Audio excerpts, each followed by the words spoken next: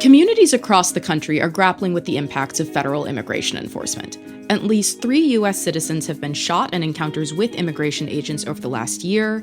Intensive enforcement surges have rocked states from New England to the Deep South to the Pacific Northwest. Now, the Trump administration maintains that these stepped-up enforcement actions are essential to national security and safety. A United Nations watchdog report released this past week warned that the president was engaging in hate speech in promoting heightened immigration action, which has fueled human rights violations. This is the Codcast, CommonWealth Beacon's podcast about policy and civic life here in Massachusetts. I'm Jennifer Smith, reporter for CommonWealth Beacon.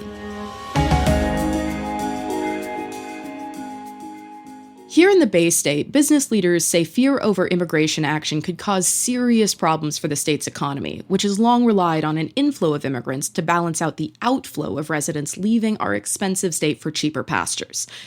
And lastly, Governor Hallie this week called for ICE to provide complete and accurate information on every person arrested in Massachusetts by federal immigration authorities since January 2025.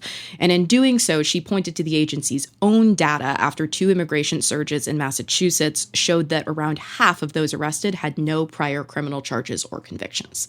So today, I'm joined by my colleague Hallie Claflin, who has been diving into the effects of immigration enforcement action on school enrollment. So, Hallie, are you ready to break down some of the excellent reporting you have been working on in this specific area? I am. Thanks for having me, Jen. So, what do we know on a high level about how immigration enforcement has impacted enrollment here in Massachusetts? So, public schools across Massachusetts, they submit their enrollment data to DESE, so that's the State Department of Elementary and Secondary Education. They submit those numbers in October, and those numbers actually determine their funding for the following year. And those numbers were kind of finalized and released by the state in January. And it showed something really striking, which is that Massachusetts, which has obviously become a target of Trump's crackdown on immigration, lost over 15,000 students from fall 2024 to fall 2025. And so that actually brings total enrollment in the state to its lowest level in over 3 decades. And I think the most striking part of this is that a large part of that enrollment drop actually came from a really steep decline in English language learners. And of course, not all those English language learners are immigrants, but this kind of category of enrollment data is usually used kind of as a substitute for school districts to understand, like, okay, what group of students are we talking about when we're looking at this? And as you noted, of course, an English language learner doesn't map specifically or obviously or in a one-to-one way onto a student being an immigrant. And of course, one of the contexts that we need to be aware of here is that the fears over immigration enforcement action are not just coming from people who might not be in the country legally. It covers a broad swath of immigrant communities. So can you break down a little bit, what this sort of category of English language learners can tell us and what it can't? Yeah, that's one of the things I was really not surprised, but just sort of, taken aback almost, like when I was talking to so many district leaders about this, is that they've gotten really creative in how they're understanding these sharp declines in enrollment. Because like I said, school districts don't ask about current legal status, but they're usually pretty crafty in the ways that they're able to cross-sect data and the way that they're usually able to kind of dive into the numbers to understand like which groups of students we're talking about. And so, like I said, very often school districts are looking at English language learners, so students where English is not their first language. Sometimes they look at newcomer students. And so those are students who were born outside the country and have been in U.S. schools for fewer than 3 full academic years. But when we're talking about DESE and the data that school districts report directly to DESE, English language learners is a very clear subsection of enrollment data that every school district has to report. And so that one's pretty standard. And like I said, not every English language learner is an immigrant. These are students that might have non-English speaking parents. And so their first language that they spoke at home was not English, but they are US citizens. Perhaps their parents are US citizens. So it doesn't always directly translate to, oh, these are newcomer students, these are immigrant students, these are students who are new to the country. It just, like I said, it's sort of districts' best guess as to, like, again, what groups of students are we talking about? So some districts opt to look more at students with newcomer status, and some have just stuck with kind of the standard English language learners category. And I think it could be helpful a little bit to talk about, why is this something that schools want to track? Why is this something that is helpful for them? It might be a little bit easier for people to kind of automatically get their heads around in terms of, well, if a student has English as a second language, it means they're going to need to be in different classes. They're going to need more support and kind of learning English to kind of get up to speed so that they can sort of be at the same curriculum level as their peers. And there might also be cultural reasons why it would be helpful for schools to know if they have a large number of more recent immigrants or students who haven't been in the school system for as many years. And so I kind of want to pivot over to the very nature of your role, Hallie, because you're our Gateway Cities reporter. And of course, the Gateway Cities are home to a disproportionate share of the state's immigrants. So you've been talking to leaders in cities where if you lose immigrant student enrollment, that has a major knock-on effect. Yeah. Gateway cities, particularly, not to say that it's not happening in other communities and cities around Massachusetts. Framingham, for example, is not a gateway city, but I know that they've also experienced this similar kind of decline in enrollment. But like you said, in the gateway cities, these are home to a really disproportionate share of the state's foreign-born population, immigrant population, as well as low-income populations, Latino populations. And so these are the cities where it's going to be felt the most. And I think something you pointed out at the beginning of the episode is that for years and years, these cities have relied on immigration and that inflow of immigration to Massachusetts to bolster their enrollment, because otherwise, lots of families are moving out of these cities because of cost, because of affordability. They have declining birth rates. And so actually, many of the gateway cities I looked at, their overall enrollment was increasing since the pandemic. And so I think that's why district leaders were so shocked this year when they saw such steep declines, is that their enrollment had been increasing. And even in some of the districts where enrollment didn't necessarily sharply decline, it sort of leveled off and it sort of flattened. And I think a lot of the leaders have sort of looked through the data and found that where they normally receive a couple hundred, maybe newcomers or immigrant students each year, that number has kind of flattened out. And so I think that's kind of why they've been looking at this so closely. I mean, school districts already track enrollment data, usually monthly, and already pay very close attention to enrollment data, because we know that state funding for public schools is tied to enrollment. And so we have that per pupil or per student funding. I think after years of seeing increasing enrollment, this year really came as a shock to a lot of districts when they saw that steep decline. And getting into what it looked like on the ground in a few of these districts here, I'm kind of going to work my way through your article and the cities that you profiled sort of in order here. So let's start with Chelsea, where the superintendent referred to this as a perfect storm. What did she mean by that? What's it looked like there? Yeah.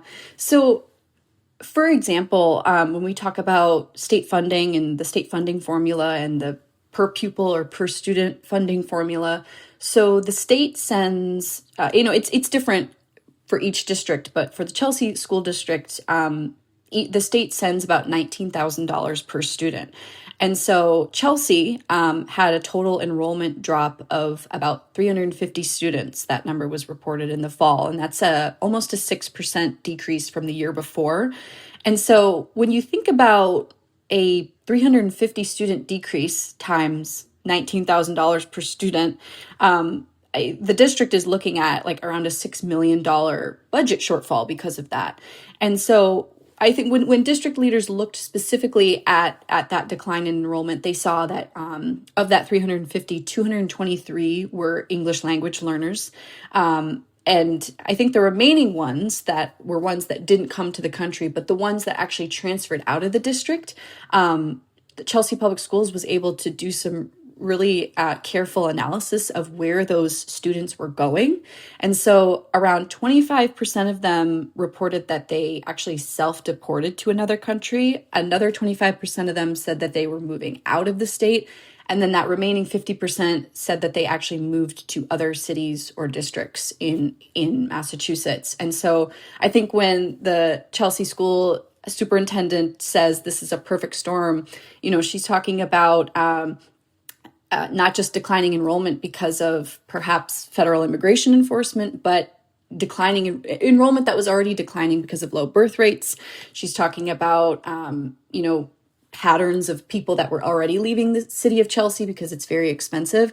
And I think she's also pointing to that state funding formula that where inflation continues to sort of outpace state funding increases for schools. And you were also looking at a few of these kind of, again, multiple percentage points drops in enrollment year over year here. Revere was down 4.5%. Lynn was down about 3%. Were they seeing those kind of mapped out onto English language learners or recent arrivals or newcomers or something like that? Or was it more diffuse? Yeah, so definitely in Revere, like you said, enrollment was down 4.5%. But again, the district turned to its English language learners. And the percentage of ELL students who leave the district each year is typically between 30 and 35%. That's what the superintendent said. And that percentage actually jumped to 43% this school year. And so, like I said, districts are getting really creative in how they're looking at this data so that they can really understand like who is most affected by this. And for example, roughly 43% of Revere's residents were actually born outside of the US. So this is another city and school district that's really heavily impacted by this. And the district often asks families where they're going when a student leaves. And in Revere, I think the percentage of exiting ELL students that say they are leaving the state, which would also include leaving the country, is typically between 40 and 45%. But this year, that number was 60%. So I think this is sort of something that makes district leaders sort of confident in what they're seeing. It makes them a bit more confident in actually attributing this to perhaps federal immigration enforcement. And in Lynn, it was a similar situation. So overall enrollment declined 3%, but the number of English language learners who decreased were about 3.8%. And more recent data that the school district was able to share with me that's kind of monthly showed that actually as of February, because the other numbers were as of fall or October, as of February, English language learners in Lynn, that enrollment had dropped nearly 6%. So it's pretty significant. And I think to zoom out just a little bit here, because we're talking about a few different potential impacts. If you're thinking about how immigration enforcement action can kind of impact these sort of broader school communities here, there is that sort of high level psychological toll, the fear around raids that, of course, a number of the superintendents that you spoke to said, if it's within a certain spot in Chelsea or Lynn or Revere, it's probably close to some of these public schools. So it's not like the raids are happening in places where students aren't also existing. And so that can kind of lead into that sort of fear for families of students who are going regularly to and from schools. So let's focus on that a little bit first. How are they trying to get their heads around what it feels like for the immigrant families and feels like for the students? That's a good question. Not every school district has reported that they've seen ICE agents like near or on school grounds, but some actually have, and Lynn and Chelsea are examples of that. So in June, there was a pretty widely circulated video that showed 5 federal agents that were restraining and arresting a business owner in Lynn that was near the Tracy Elementary School. And so, you can draw conclusions that community members likely saw that event happen. The superintendent Lynn has said that they've seen ICE agents across the street from schools and bus stops. And in Chelsea, it's a similar situation. They've had ICE agents in parking lots across from elementary schools. And so their presence is really there in some cities. Like I said, other cities have said we haven't had any sightings, but it really is there. And I think something that a lot of the district leaders were able to speak to as well is this idea of, a drop of a couple hundred students in a district that has thousands of students might not seem like a lot, but the superintendent of Lynn told me that, when they really started to pick the data apart, they actually looked at each grade. And Lynn's 10th grade English language population is down by 30%. And so when you think of a decrease that stark and that sharp, that is like an empty classroom. that is a huge loss. And there are teachers and staff and administrators and students that really feel that. They're looking at empty desks, they're looking at empty classrooms, they're looking at cafeterias that aren't as full anymore.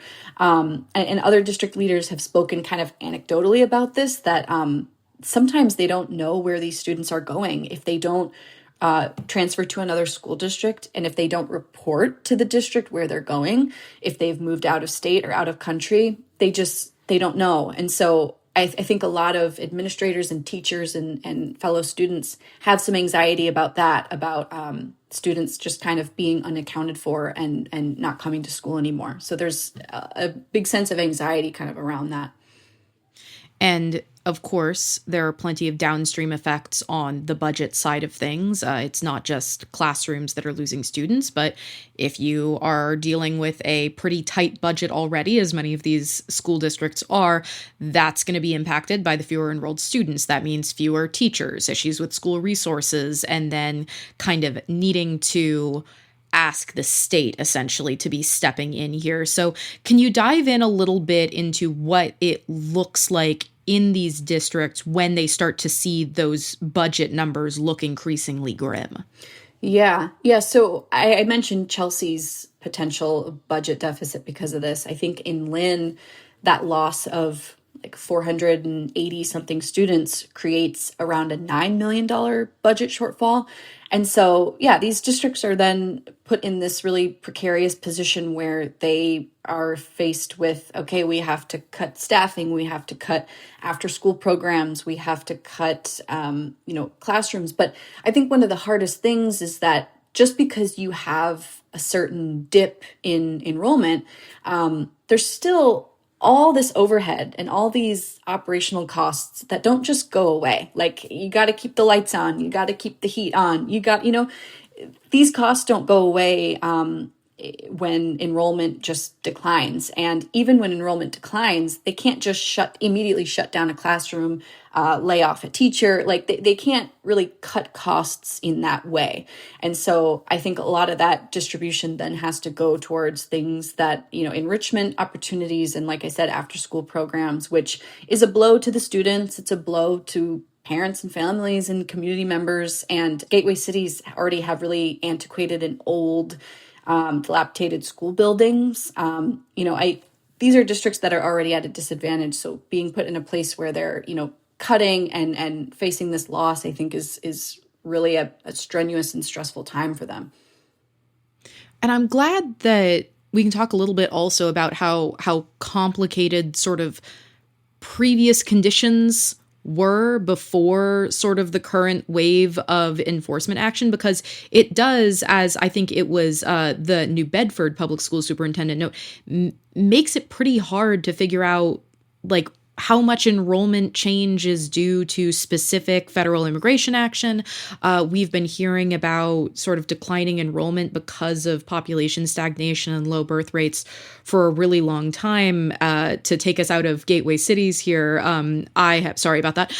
The seasonal communities designations that I've been covering kind of in my capacity, which includes places that have basically a high number of properties that are vacant or only in part-time use. And so it means that there's not enough housing generally for that sort of full-time year-round population.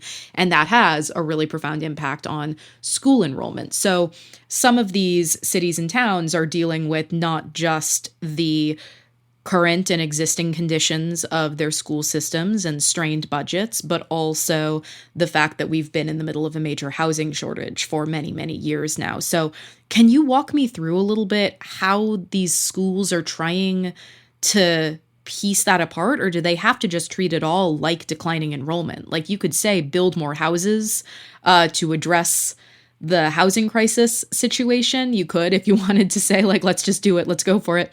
But it's much harder for a state to say, well, let's counteract federal immigration action.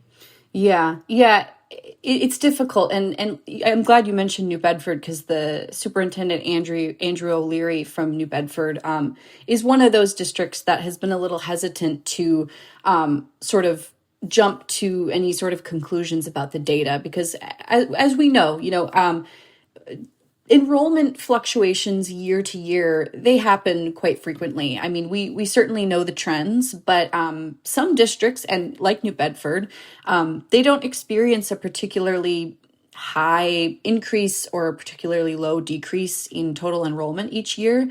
And so, when they look at data, they're hesitant to sort of say it must be because of this one thing. And like, I'm glad you mentioned housing. Housing is one of those issues that when you have these cities that aren't able to build enough of the type of housing that families would want to choose and can afford, that's sort of what's causing that decline in enrollment, as well as low birth rates. And so it gets complicated to say that it's because of any one number of things. And I think what's interesting, though, as for the districts that are pretty confident in what they're seeing, and they are pretty confident in at least drawing some sort of correlation between what's been happening recently with federal immigration, is that I think I had a great quote from Lynn, district leader, who said, "The absence of that evidence is not evidence that it's absent," which is really interesting because, statistically, because these districts don't track immigration status, you can't, make this direct causation from A to B. But I think when school districts are seeing things unlike what they've seen in the last decade or two, that's cause for concern, and it warrants, deeper research. And, I think that you can say it might be happening for a reason, and it is certainly happening in very specific communities. And the superintendent from New Bedford was also very clear that anecdotally, like, they do know that this climate of fear is very palpable in the city. I just think when it comes to the data, there's been a little bit of hesitancy from some districts, not all, to sort of jump to that conclusion. But, there are definitely multiple factors: housing, school conditions, affordability, declining birth rates, all those things that are contributing to it. And if your enrollment doesn't typically, maybe if your enrollment does typically fluctuate a lot, then it's hard to sort of pinpoint exactly why this is. And it does get at, and you can correct me if I'm wrong on this, but it does seem like it also ties into this broader conversation right now about what data the state, what data individual municipalities should be tracking, essentially, where they should be keeping it, what it should be for, because of concern that it might in some way kind of be pulled or utilized by immigration enforcement officials. So the rationale behind, well, we don't want to basically deter students or their families from enrolling in schools because of their legal status by asking about their legal status, therefore kind of has that double-sided blade problem, right? Where they, one, don't have that precise information, so they can't say, guys, we have lost a third of our English language learner population, and a full, most of that, 2/3 of that group was here legally or without authorization. So they can't do that kind of nuanced take. And then on the flip side, it means that, those sorts of records couldn't be seized. So that does sort of seem like it complicates their ability to dive into those things. Yeah, it's hard to discern actually if, would it help or would it hurt if school districts collected information on current immigration status? I think that's kind of a double-edged sword. It's one of those things like if you collect that data, it certainly could be used, in some sort of retaliatory manner, or if they collected that data, like you said, maybe families or parents or students would be deterred from that, from enrolling. But it certainly would give a clearer picture, which is it's been really hard. And there have been a number of school districts that have seen really steep declines in enrollment this year and really steep declines in their English language learners. But they've sort of thwarted media questions about it. And I think, and this is speculative on my part, but I think that some of that reason might just be they don't want to jump to conclusions about the data because they don't track immigration status. Some of that might be they don't want to bring it more attention to it and cause more fear and anxiety in the community and among parents and students. Or maybe they are, hesitant to criticize the federal immigration enforcement policies, don't want to criticize the Trump administration, again, for maybe fear of retribution. It's one of those things where, some school districts have chosen to be really outspoken about it and some haven't. And I think where I'd like to end things is with a bit of a discussion about, what they're asking of their lawmakers. A number of them said, they're in conversation about can the state sort of backfill or up its spending to kind of make up for this drop in enrollment.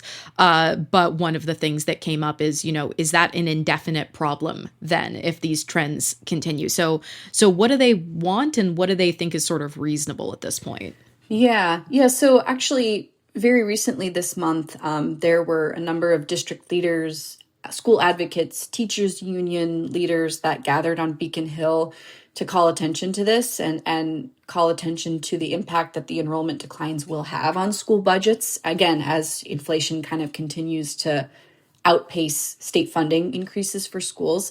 But when I talked to the superintendent of Chelsea Public Schools, for example, she's mentioned that they have been advocating with their state legislators to sort of provide a one-time soft landing payment because, they just didn't expect this decline to be so high this year. And it's really contributed to a budget shortfall. But then I think that, district leaders are also realistic about that because, of course, what's going to happen next year? I mean, it seems like from current data, month to month, enrollment is continuing to decline. And what if next year there's an even steeper decline in enrollment? We have a number of years left in the Trump presidency and in immigration enforcement. And so it's one of those things where what is the long-term solution here? Like a one-time soft landing funding might help out a particular city or a group of cities this year, but I think that district leaders are really still trying to grapple with that of like,